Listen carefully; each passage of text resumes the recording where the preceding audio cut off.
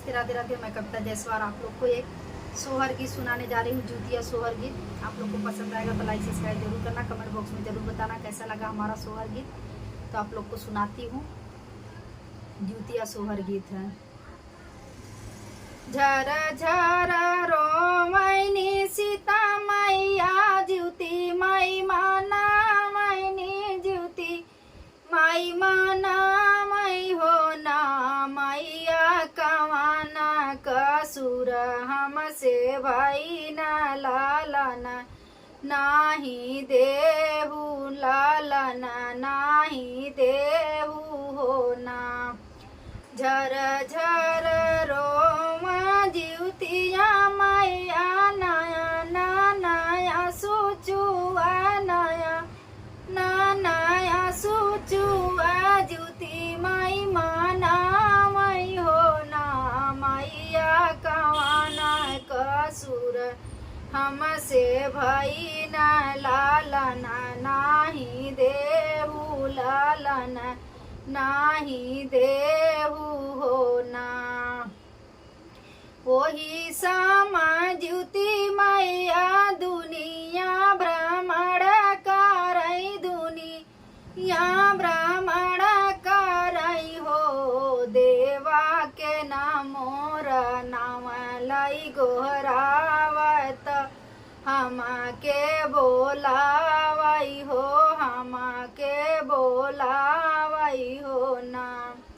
देवा के नामोर नाम लई गोहरावई त हम के बोलावई त हम के बोलावई हो ना।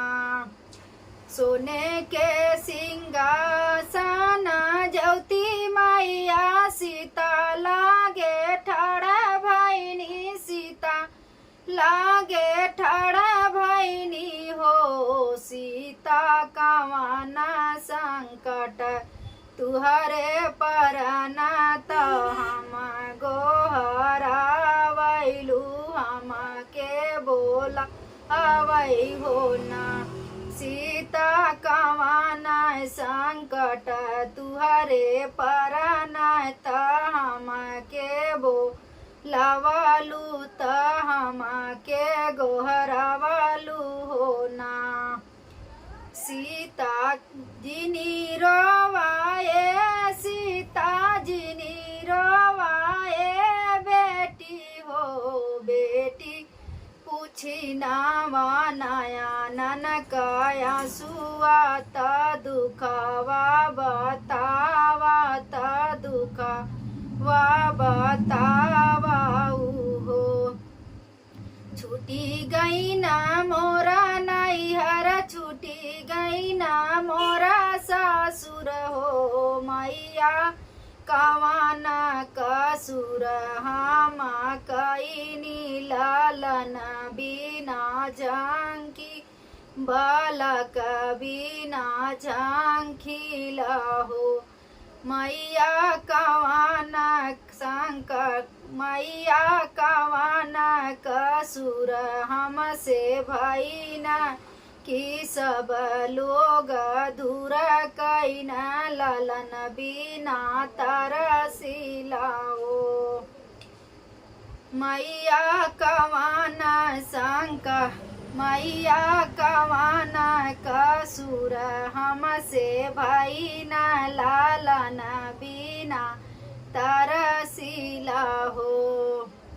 पोछी नवाए बेटी नया ननकाया सुआऊ हो बेटी ये कई के बदले दुई देव त खुश तू ही राया हो ना। बेटी ये कई के बदले दुई देव त सुखी सुखी रहा हो ना। हंसतैक उठैनी सीता तया गनाइली पतया सन लगा माई हो मैया खुशी खुशी ज्योति माई के पूजा त ज्योति बरत करई हो।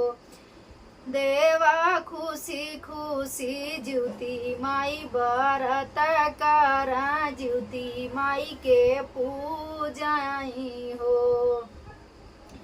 सुखी रखाए मैया सब तिरिया सब काही गोदा भारा सब काही गोदा भरा हो। मैया सब तिरियारा हाई सोहागन हाथ जोड़ी बिनती करी हो। मैया सब तिरियारा है सोहागन तुहारो बरत करई हो। जब तक रहब जियत तब तक बरत करबई हो। मैया जुग जुगई जियई मोर लाला नावा खुशी परिवार रख्या हो। मैया जुग जुग जिय मोर लाला नावा त खुशी परिवार रख्या हो।